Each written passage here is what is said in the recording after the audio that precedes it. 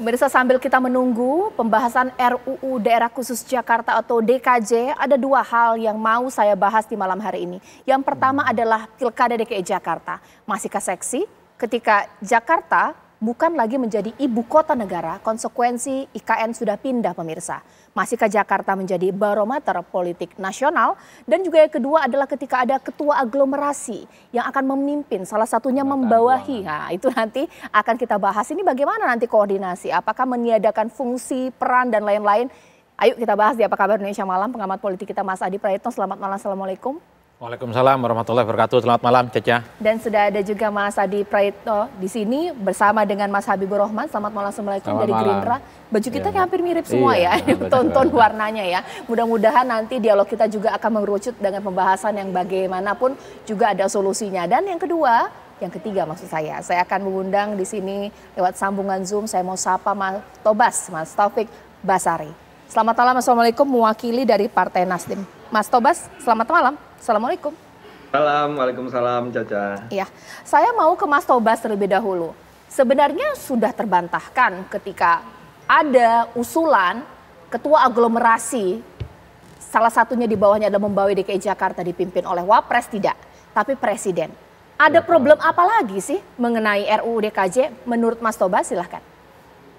Ya, jadi kan hari ini kita tetap melanjutkan pembahasan RUU DKJ. Ya, ini sudah hari yang kedua ya. Jadi dalam pembahasan kemarin kita sudah juga melakukan penyisiran terhadap pasal-pasal yang ada dim dari pemerintah.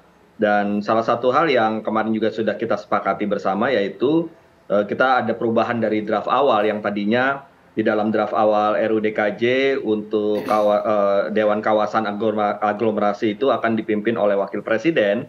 Tetapi setelah kita cek lagi, saya juga menyampaikan ini bahwa karena sistem kita menurut konstitusi adalah sistem presidensial, maka semestinya wakil presiden itu tidak dapat diberikan kewenangan atributif. Atributif itu kewenangan yang diberikan oleh undang-undang. Karena memang yang menjadi penanggung jawab adalah presiden. Oleh karena itu kita perbaiki akhirnya untuk Dewan Kawasan Aglomerasi ini tetap diberikan kepada presiden, namun presiden jika memang penuh nanti tugasnya itu dapat memberikan delegasi kepada orang tertentu, bisa saja kepada Wapres, bisa saja kepada Menko, atau bisa juga orang-orang lain sesuai dengan peruntukannya. Nah, ini sebenarnya lebih kepada soal memperbaiki konteks ketatanegaranya saja, bukan soal keberatan apakah Wapres, karena Wapres kemudian keberatan, bukan soal itu, tapi kita memperbaiki dalam konteks ketatanegaraan, jadinya yang memimpin untuk Dewan Kawasan Aglomerasi ini adalah presiden, di mana presiden bisa mendelegasikan kewenangannya kepada pihak yang lain. Oke, menurut Mas Tobas itu secara ketatanegaraan atau juga secara politik etika tepat tidak? Jadi begini, kalau di dalam hukum administrasi negara itu ada 3 jenis kewenangan ya, atributif, delegasi, dan mandat. Nah, atributif itu adalah kewenangan yang diberikan oleh undang-undang. Nah, sementara delegasi dan mandat itu adalah kewenangan yang diberikan karena pendelegasian atau pemberian mandat dari orang yang memiliki kewenangan kepada orang yang lain. Nah, masalahnya adalah dalam sistem presidensial seperti yang kita anut menurut konstitusi kita, presidenlah yang menjadi penanggung jawab semuanya.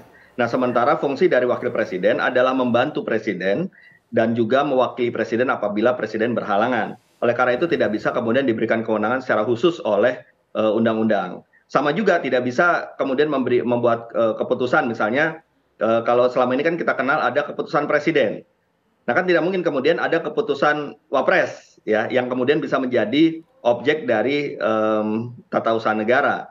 Nah, oleh karena itulah maka terhadap kita upaya untuk memperbaiki dalam konteks ketatanegaraan dan konteks hukum administrasi negara, maka kemarin disepakati bahwa presidenlah yang menjadi pemegang dan pemegang kewenangan untuk Dewan Kawasan Aglomerasi ini. Saya ke Mas Adi Praetno, Dewan Kawasan Aglomerasi ini akan apa ya? Fungsinya akan menjadi lebih kuat dari sang kepala daerahnya ini sendiri atau bagaimana? Kita tahu Jakarta menjadi barometer politik nasional. Gubernur DKI Jakarta punya power yang cukup kuat untuk mengelola DKI Jakarta. Seperti apa?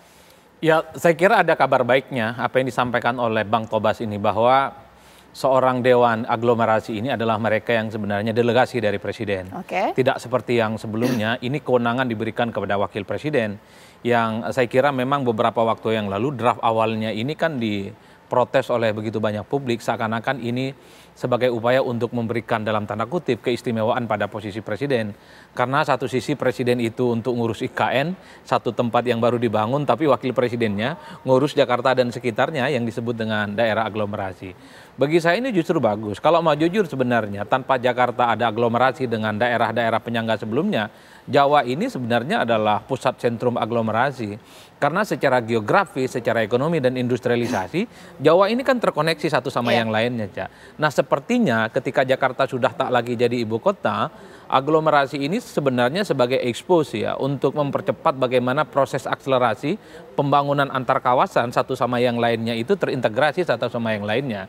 Tinggal nanti bagaimana mengkoordinasikannya, bahwa sang dewan aglomerasi ini membangun satu koneksi politik ya yang tentu saja simetris, terutama adalah untuk mempercepat ekonomi dan industrialisasi. Tapi sepertinya memang aglomerasi yang dimaksudkan dalam konteks daerah khusus Jakarta ini kan soal tata ruang. Tata ruang, kemudian lingkungan dan seterusnya. Terbayang tidak koordinasinya seperti apa? Ibaratnya kita tahu ya, ada falsafah tidak ada dua matahari. Ini bukan dua matahari lagi. Kepala-kepala daerah dari berbagai macam daerah aglomerasi dipimpin oleh ketua dewan aglomerasi. Tidak terbayang saya koordinasinya, bagaimana? Ya, saya kira memang semoga tak ada hal-hal yang sifatnya ego sektoral ya. Karena kalau kita melihat koordinasi antara Jakarta, Depok, Bekasi dan Jakarta belakangan ini terkait penanganan banjir, saya kira itu masih bisa dianggap rasional, Cak. Oleh karena itu bagi saya yang penting untuk kebutuhan rakyat soal tata ruang, tentang industri, tentang pembangunan ekonomi, saya kira tak ada lagi cerita tentang soal matahari kembar, soal ego sektoral. Pemilu masih lama kok, masih 5 tahun lagi. Jadi bagi saya udahlah bekerja untuk rakyat, ini dibuat untuk mempermudah koordinasi aja. Mas Habib udah gak sabar nih buat nimpalin. Yang terjadi 2 hari ini kita membahas undang-undang DKJ ini, menurut saya sudah benar-benar pure. Kita bicara hal-hal teknis, hal-hal masing-masing pihak menyampaikan argumentasi yang terbaik ya untuk kota Jakarta dan sekitarnya. Jadi walaupun waktunya memang nggak terlalu jauh dengan Pilpres, sudah nggak ada bau-bau Pilpresnya kalau saya lihat. Karena tadi kan mekanisme check and balance-nya jalan, bagaimana disampaikan Saudara Tobas ya kan, ada pasal-pasal tertentu yang sama-sama kita berikan masukan sehingga menghasilkan pasal yang terbaik. Ya.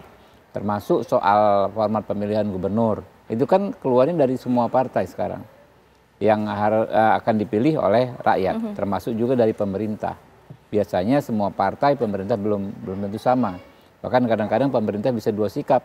Ada berapa kementerian yang mewakili bisa beda pendapat. Nah ini semua lengkap sama. Yang kemudian soal aglomerasi ya, menurut saya ini kita tinggal bicara hal teknis. Tadi misalnya siapakah yang akan memimpin. Kalau sekarang itu tidak lagi menjadi isu karena ditunjuk oleh presiden. Jadi soal kepatuhan kita pada azas atribusi atau tidak itu sudah clear. Ya, kita mendudukkan masalah pada tempatnya, pada substansinya. Boleh saja presiden memberikan tugas kepada wakil presiden nantinya memimpin kawasan aglomerasi, tapi caranya, ya, prosedurnya bukan dengan wewenangan atributif lewat pasal di undang-undang ini, tetapi lewat pendelegasian khusus yang dilakukan oleh presiden. Nah, tadi Caca bilang soal akan terjadi koordinasi. Justru ini untuk mengatasi, Mbak Caca. Ya, pembentukan kawasan aglomerasi ini justru mengatasi sulitnya koordinasi penataan Jakarta dan sekitarnya. Selama ini yang namanya aglomerasi itu kan hanya konsep di atas kertas. Tidak diatur dalam satu pun undang-undang. Setahu saya begitu. Jadi masing-masing pihak merasa bisa melakukan ingin melakukan yang terbaik untuk daerahnya, padahal tergantung dengan daerah yang lain. Kayak Jakarta, Bogor, ya kan? Soal bagaimana pengaturan tata ruang di 2 wilayah tersebut.